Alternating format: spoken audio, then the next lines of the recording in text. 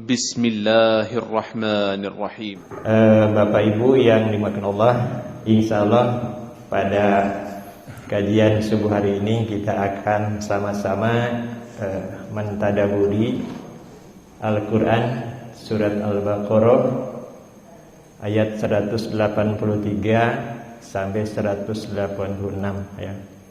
Sesungguhnya ayat yang menjelaskan tentang ibadah saum di bulan Ramadan itu mulai ayat 183 sampai 187.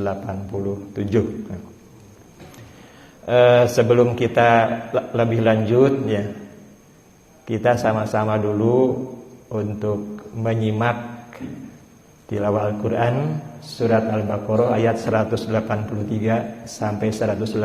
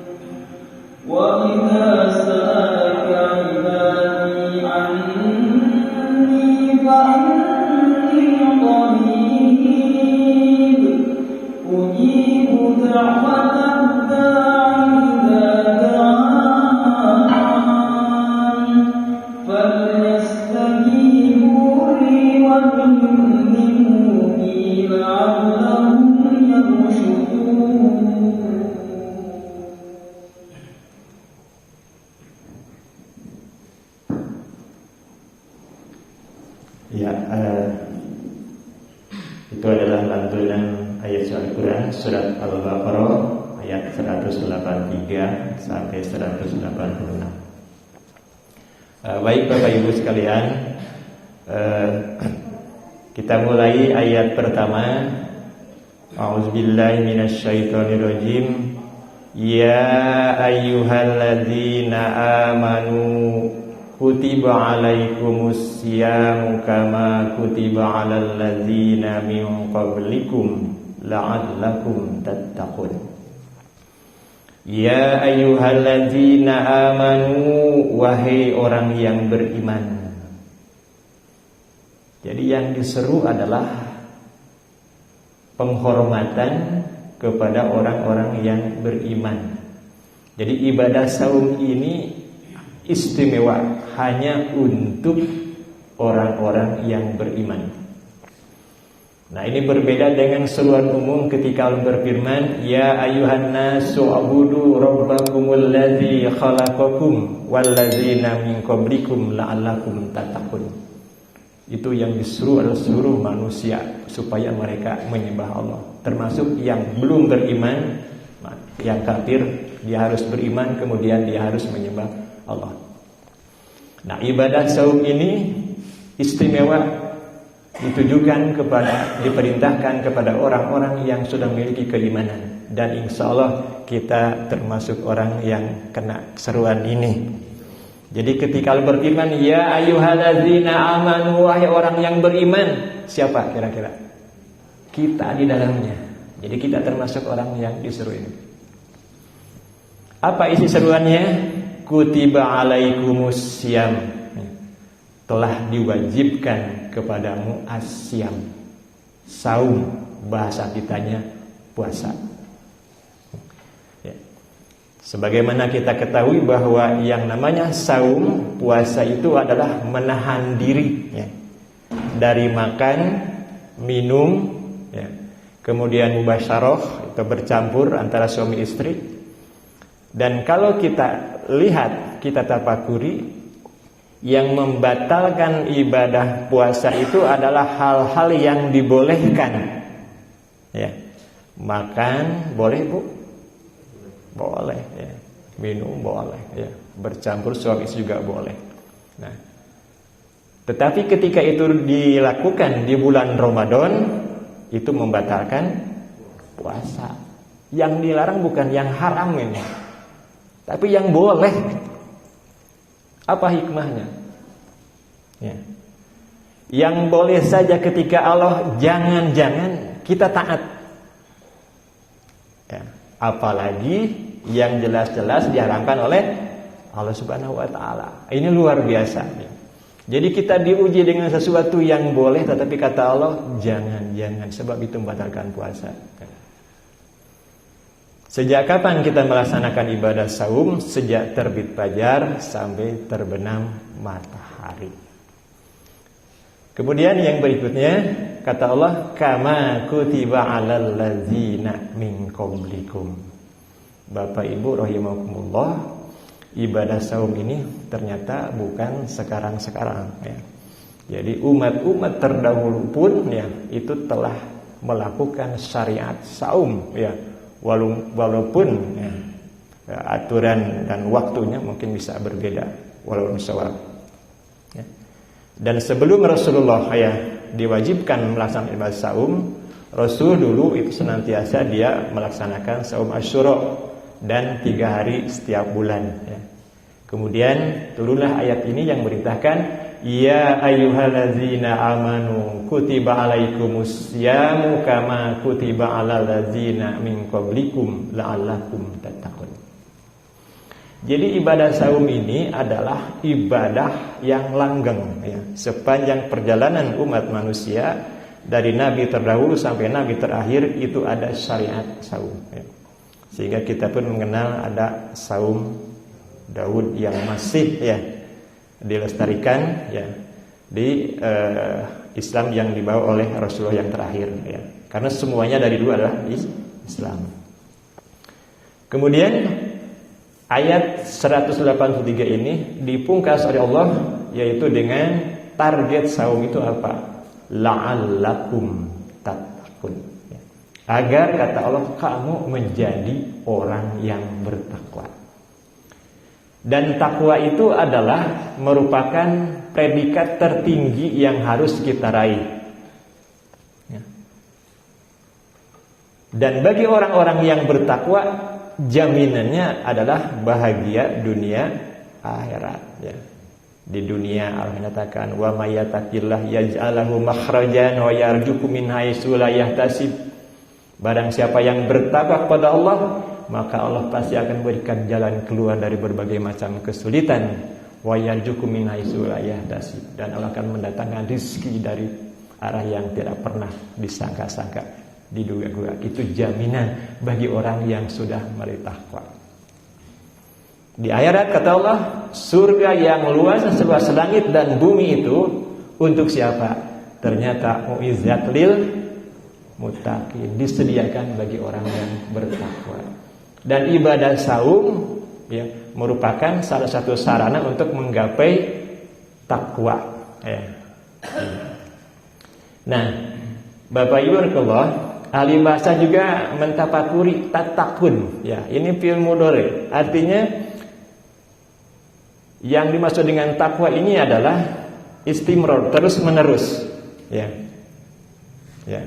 Jadi bukan isim, tapi ini adalah fi'il mudhari ya. Artinya dia bertakwanya itu terus menerus selama hidupnya. Artinya orang yang berpuasa, dia bukan hanya soleh ketika ibadah puasa saja, tetapi di luar bulan Ramadan pun tetap dia mempertahankan nilai-nilai yang telah tertanam ya selama bulan Ramadan ya. Kemudian ayat berikutnya ya, Allah berfirman ayyamam ma'dudat. Ini karunia Allah Subhanahu wa taala. Ya. Bapak Ibu rahimakumullah, setahun itu berapa bulan, Bu? 12 bulan. Berapa hari? Ya, yang masa itu 365. Kalau Hijriah tinggal dikurangi 11 hari. Nah, ya. Dan Allah Maha Rahim kepada kita, tidak mewajibkan ibadah puasa itu setahun penuh 12 bulan. Tapi kata Allah ayyamam ma'dudat ya. Yaitu beberapa hari yang telah ditentukan. Jadi kesadayana hari-hari setahun. Ini adalah Allah Maha Rahim ya. Satu bulan capek, Bu? Lumayan. Setahun gimana? Ini Allah Maha Rahim. Ayyamam ma'dud, cuma beberapa hari ya. Tapi meskipun beberapa hari, insya Allah akan menghapus dosa-dosa kita ya. Man shoma ramadhana imanan wa ihtisaban ghufira lahu ma taqaddama min dambi. Ini anugerah pertama. Ibadah saum ternyata tidak 1 tahun, hanya beberapa hari. Ini anugerah pertama ya. Yang kedua kata Allah pamangkana minkum maridon awala safarin ya. Barang siapa di antara kamu yang sakit atau dalam perjalanan ya. Nah, luar biasa Al-Qur'an ini ada kata-kata yang khonfun, yang dibuang, tetapi maknanya adalah balagoh, suatu keindahan yang luar biasa. Kalau kita lihat pamangkana minkum maridon awala safarin ya, tiba-tiba faidatu min ayamin ukhar. Kalau kamu sakit kata Allah atau dalam perjalanan ya, maka ya gantilah ya pada hari-hari yang lain. Yang diganti itu apa? Apakah sakitnya atau safarnya? Puasanya. Di sini nggak dijelaskan berbuka ya. Kan diganti itu kalau batal ya. Ya, maka para ulama mentakdirkan ya kalimat yang dibuang karena keindahan bahasa adalah kalimat fa'aftara fa'iddatu min ayamin ukhar. Jadi kalau kamu sakit atau dalam perjalanan fa'aftara kemudian berbuka, maka fa'iddah ya, ganti ya. Sejumlah hari yang ditinggalkan. Kapan menggantinya? Min ayamin ukhar, pada hari-hari yang lain, artinya di luar bulan Ramadan. Jadi ibu jangan ngodoan masih di bulan Ramadan ya. Misalnya tanggal 1 batal, tanggal 2 ngodoan sekaligus dengan kewajiban tanggal 2. Min ayamin ukhar. Nah, ini kasih sayang Allah. Pertama tadi ibadah puasa tidak 1 tahun. Yang kedua, kalau tidak mampu karena sakit atau dalam perjalanan, kata Allah, fa'aftara ya. Kemudian dia berbuka ya. Fa'idatu min ayamin ukhar. Nah, ternyata masih ada juga ya. Sakit tidak, safar tidak, ada mukim di rumah ya.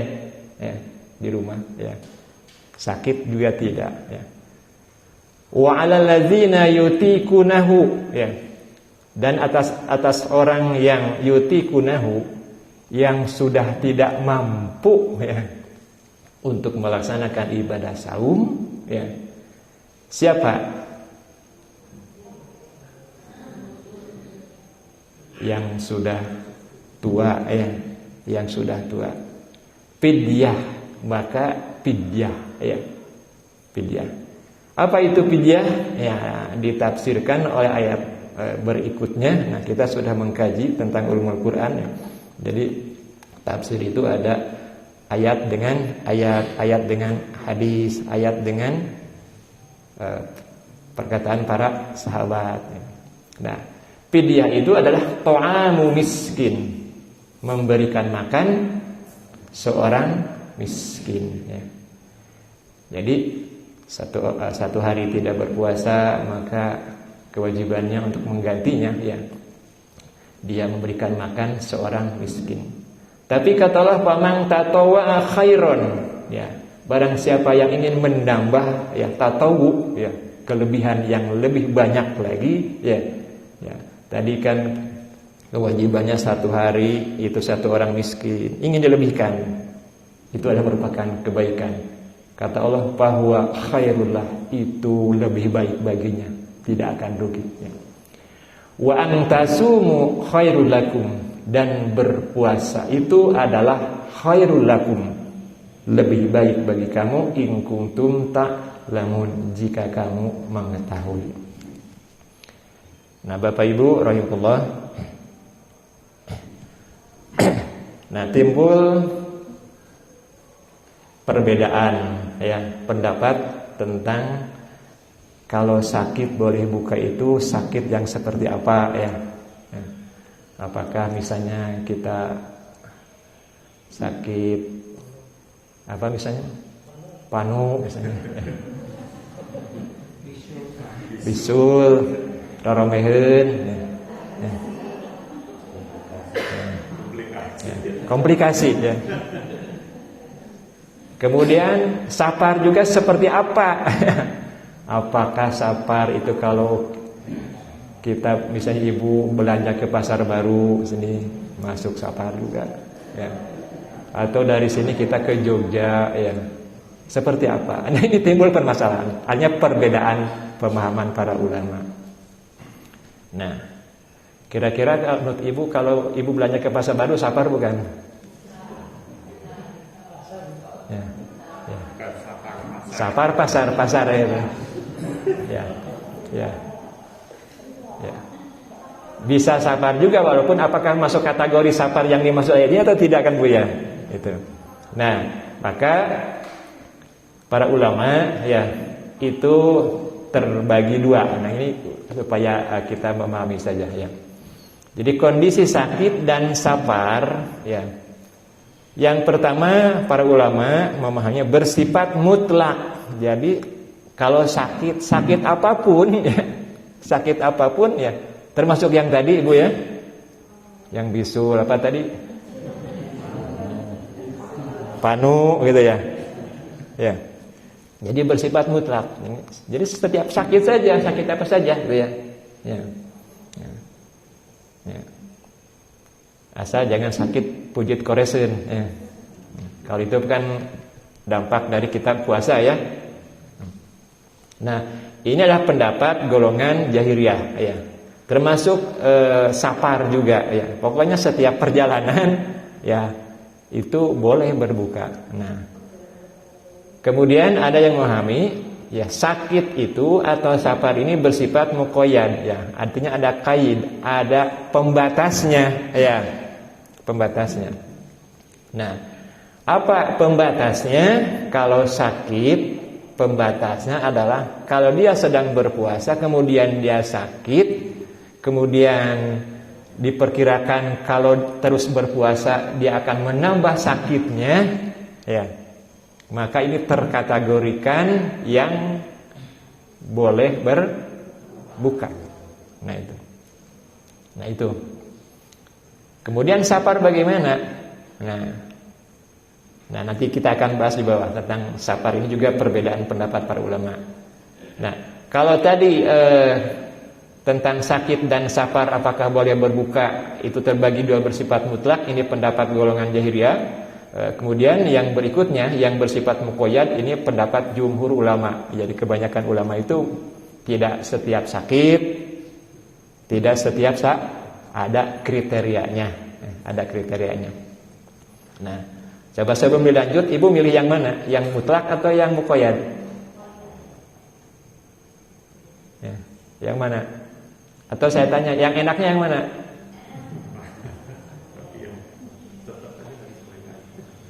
Ya,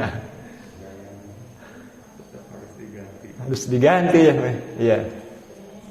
Nah, jarak bepergian yang boleh berbuka, ya, ini berapa lama atau ya berapa jauh ya, berapa kilometer gitu ya. Nah, maka para ulama pun ya berbeda pendapat. Jarak perjalanan yang boleh berbuka itu ada yang berpendapat perjalanan 1 hari ya. 1 hari ini adalah pendapat Al-Auza'i ya. Jadi bukan dengan jarak Bu ya. Ya.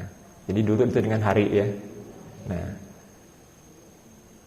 ada yang berpendapat perjalanan 2 hari, ini Imam As-Syafi'i. Kemudian yang perjalanan 3 hari ini Imam Abu Hanifah ya. Nah, ini pun perlu dikonversi. Jarak 1 hari itu seperti apa ya? Dan pakai apa? Betul Pak Ibu ya? Ya. 1 hari itu apakah jalan kaki, naik onta, atau goes? Ya. Nah, tapi ini ukuran-ukuran zaman dulu perjalanan ya, perjalanan. Nah, Dr. Yusuf Qaradawi dalam fikihnya, dia ahli fikih kontemporer, menyebutkan kalau diukur dengan jarak itu adalah jarak sekitar 80 km perjalanan ya. 80 km perjalanan. Jadi pada akhirnya mungkin akan jadi bias dan akhirnya nanti mungkin kita akan kesimpulannya apakah perjalanan itu membayahkan atau tidak. Ya. Karena misalnya dari sini dari Bandung ke Bali ya. Ya. Itu jaraknya lebih dari 80 meter. Beres Pak? Beraha Pak Sudiono? 1200-an ya.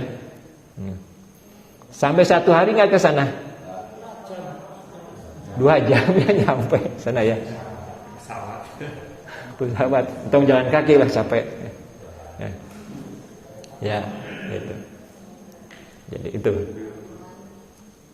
Ya, maka kalau diukur dengan jarak ya kata Dr. Yusuf Qaradawi itu antara 80 km, 82 sampai 90 km itu minimal ya.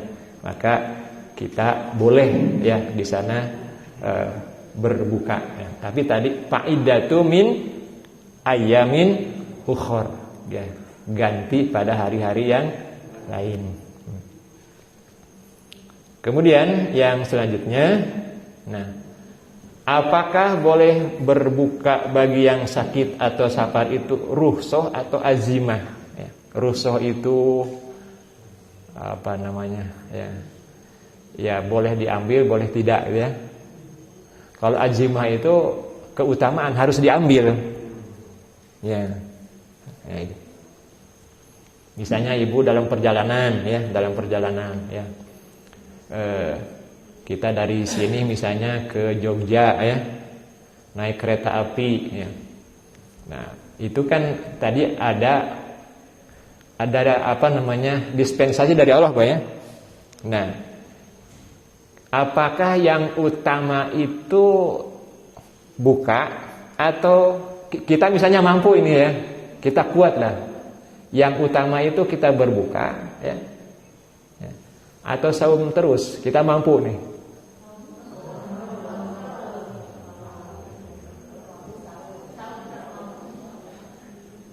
Saum terus.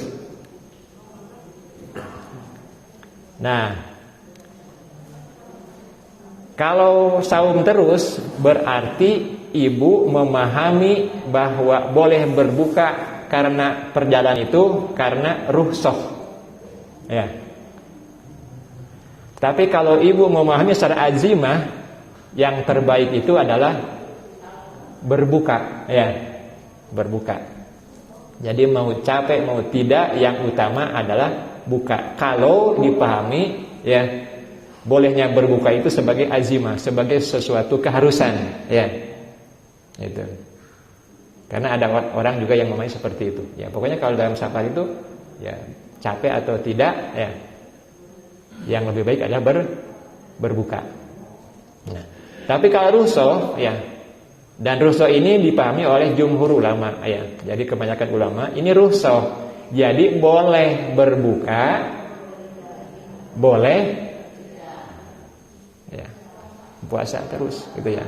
Baik. Ya. Dan selanjutnya, ya. Kita lihat. Nah, tadi ketika boleh berbuka, ya, boleh berpuasa, mana yang lebih utama dalam perjalanan, ya? Mana yang lebih utama? Apakah utama berbuka atau utama saum terus?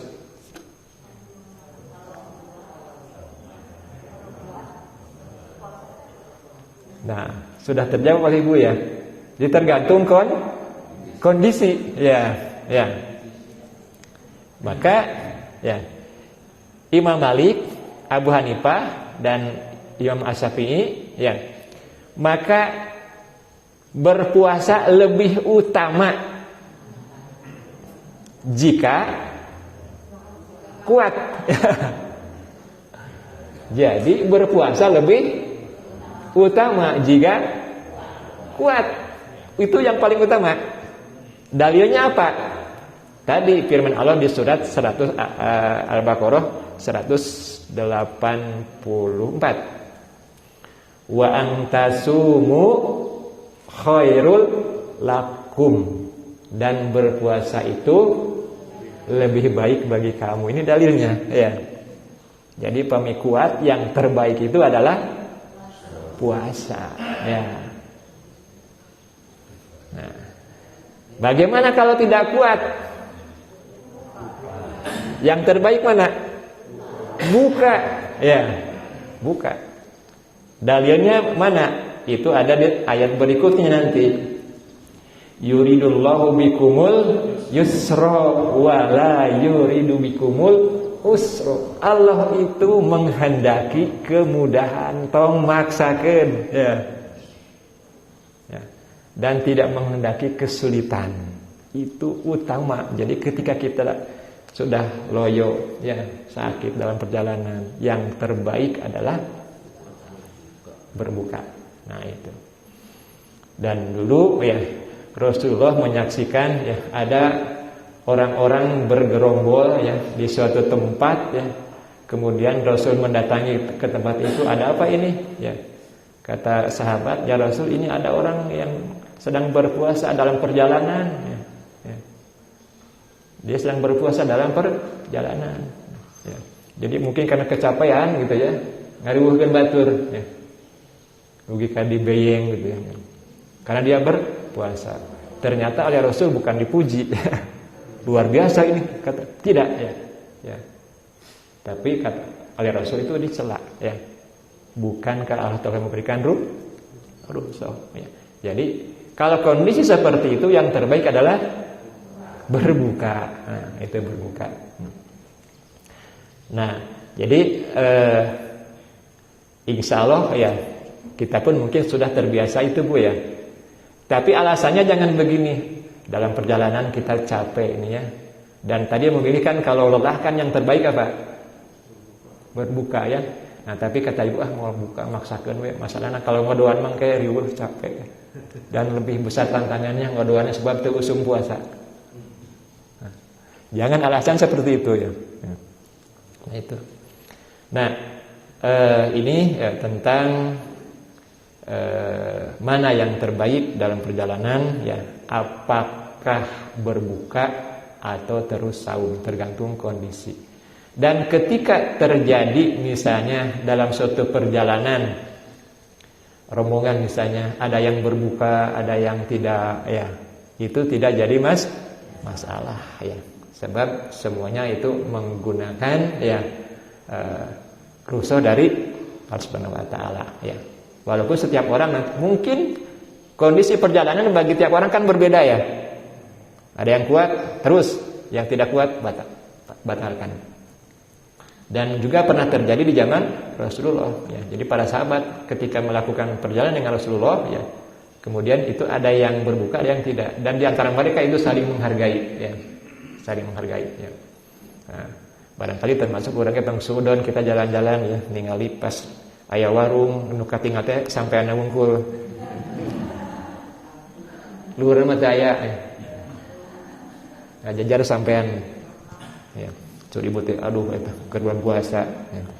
Bilih eta teh dalam perjalanan ya. Ya, mungkin orang luar kota ya. Ya. Kita berbaik sangka saja ya. Atau anu teh damang misalnya. Anu teh damang jalan-jalan giliran mamun. Ya. Nah, baik Bapak Ibu Allah.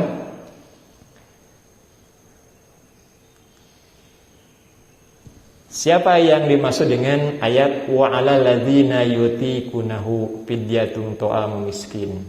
Dan kata Allah tadi bagi orang yang sakit, yang dalam perjalanan ditambah wa 'alal ladzina yutiqunahu, yaitu atas orang yang yutiqunahu, yang sudah tidak mampu.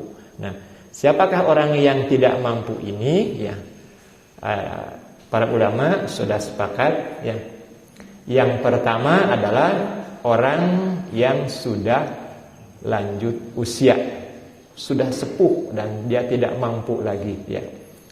Dan orang yang sudah sepuh yang lanjut usia ini ya tidak ada kesempatan lagi untuk mengkodok ya. Karena makin bertambah usia secara fitrah itu bukan semakin tambah kuat ya. Ya. Tambah lemah ya. Allah berfirman kan dalam surat Al-Ahzab itu Allah menciptakan manusia itu pertama dari dhaif, kemudian kuat, kemudian dhaif, setelah dhaif qaif. Kan enggak kuat lagi ya. Itu sudah fitrah itu ya. Sudah fitrah. Fitrah. Nah, makanya Masya Allah ya. Jadi Allah memberikan kompensasinya bukan dengan kodok tetapi dengan fidyah. Nah, dengan fidyah. Yang pertama adalah orang yang sudah lanjut usia. Nah, siapa lagi? Nah, para ulama juga menyebutkan itu adalah wanita yang sedang hamil dan menyusui. Ya. Ini terkategorikan yutikunahu. Karena wanita yang hamil, menyusui itu sakit tidak ya? Sehat kan ya? Perjalanan? Tidak ya. Jadi masuknya ke sini ya, sini.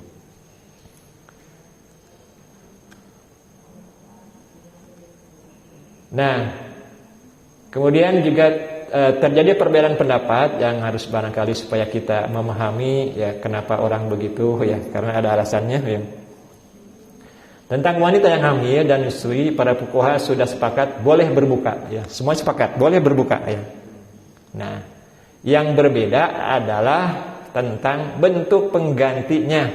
Apakah kodok atau fidyah, atau kodok dengan fidyah ya. Gitu. Nah, ini naros ke ibu, ini pengalaman. Ibu nggak ngomong mana? pakai kodok, atau tidak pernah berbuka, tidak pernah batal puasa ketika hamil, atau belum pernah hamil?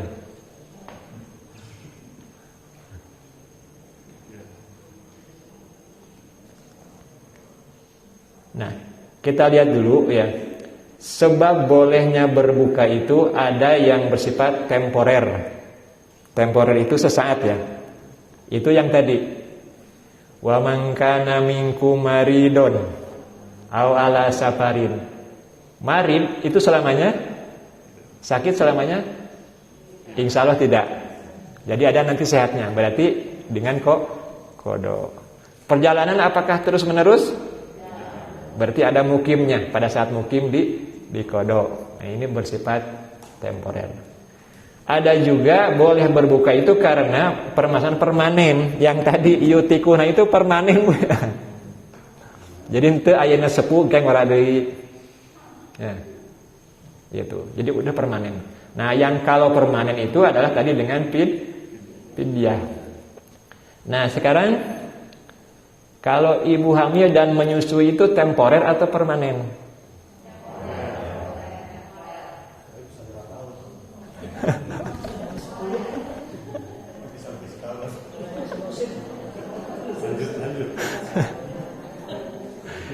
Ya, jadi kajiannya ini kesini masuk ke mana ini? Ya, apakah temporer? Kalau temporer berarti dengan kodok, ya.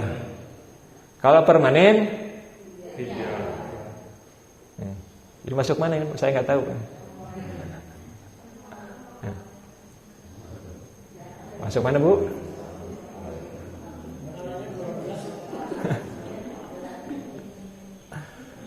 Ya. Oke, nah di antara para ulama ya, wanita hamil atau menyusui itu ya Abu Hanifah berpendapat wajib kodok saja. Ini pendapat Abu Hanifah. Jadi kalau wajib kodok saja berarti masuk dikategorikan yang bagaimana tadi? Yang temporer ya. Ya, yang temporer gitu ya. Jadi dia meninggalkan saum misalkan 3 hari 4 hari, nanti kan tidak hamil lagi ya, tidak menyusui lagi ya. Walaupun nanti ada permasalahan bagaimana tahun sekarang hamil, berikutnya menyusui, tahun berikutnya lagi hamil lagi, terus menyusui lagi, berikutnya hamil, setelah menyusui lagi. Setelah itu masuk yutikunahu.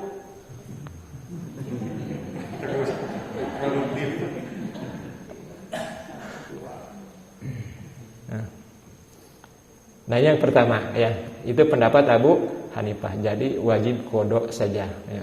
Jadi disamakan dengan orang yang sakit atau dalam perjalanan. Nah, yang kedua adalah pendapat Ibnu Umar dan Ibnu Abbas, itu wajib fidyah saja. Ya. Wajib fidyah.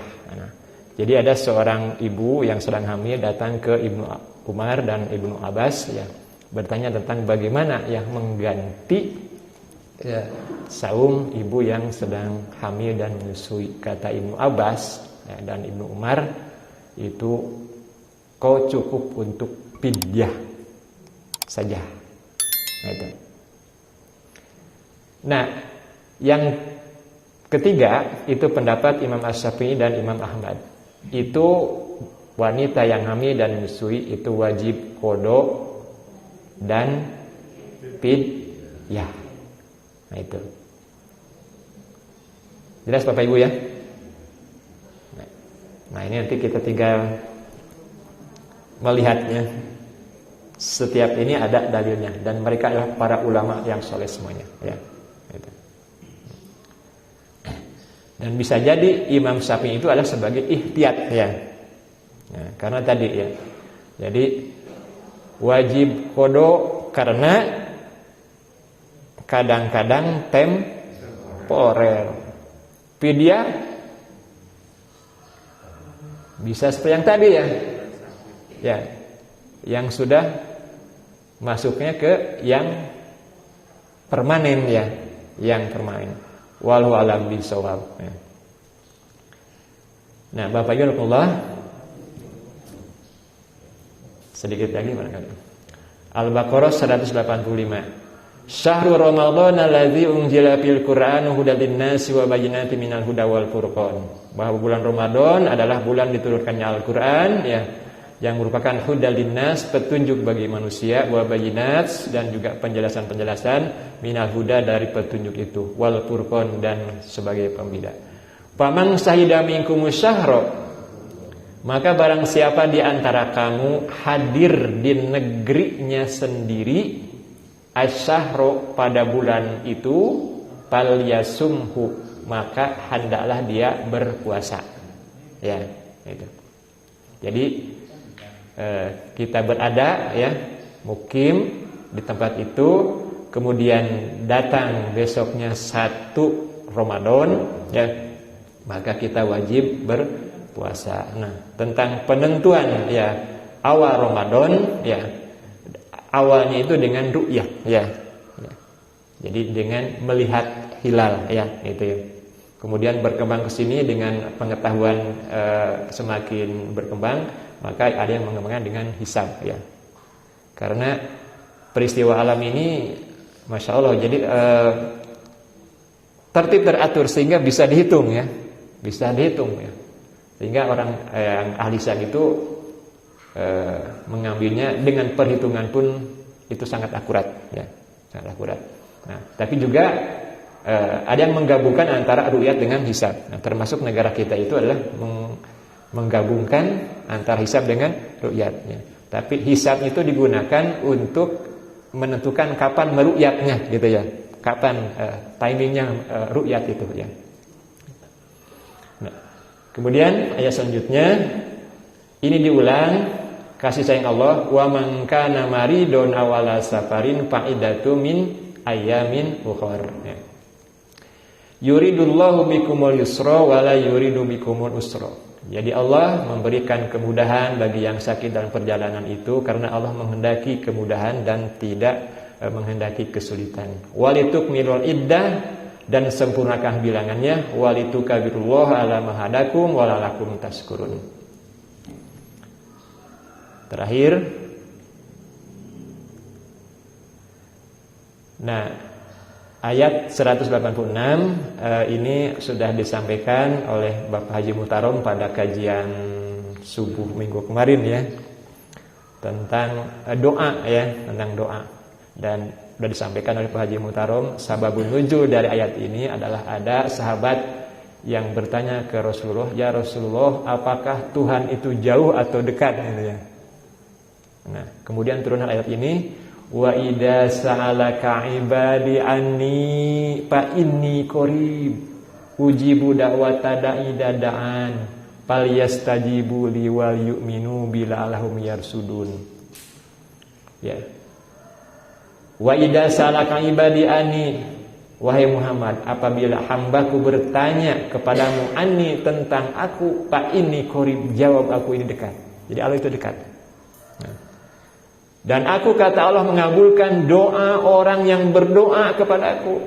Tapi syaratnya apa? Falyastajibuli, penuhilah kewajiban terhadap wal yu'minu bi, dan berimanlah kepada aku, la'allahum yarsudun, agar mereka mendapatkan petunjuk.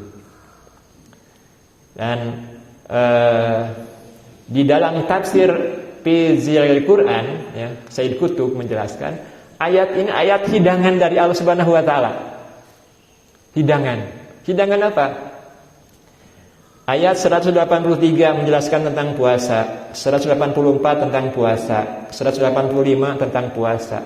186 ini bukan tentang puasa.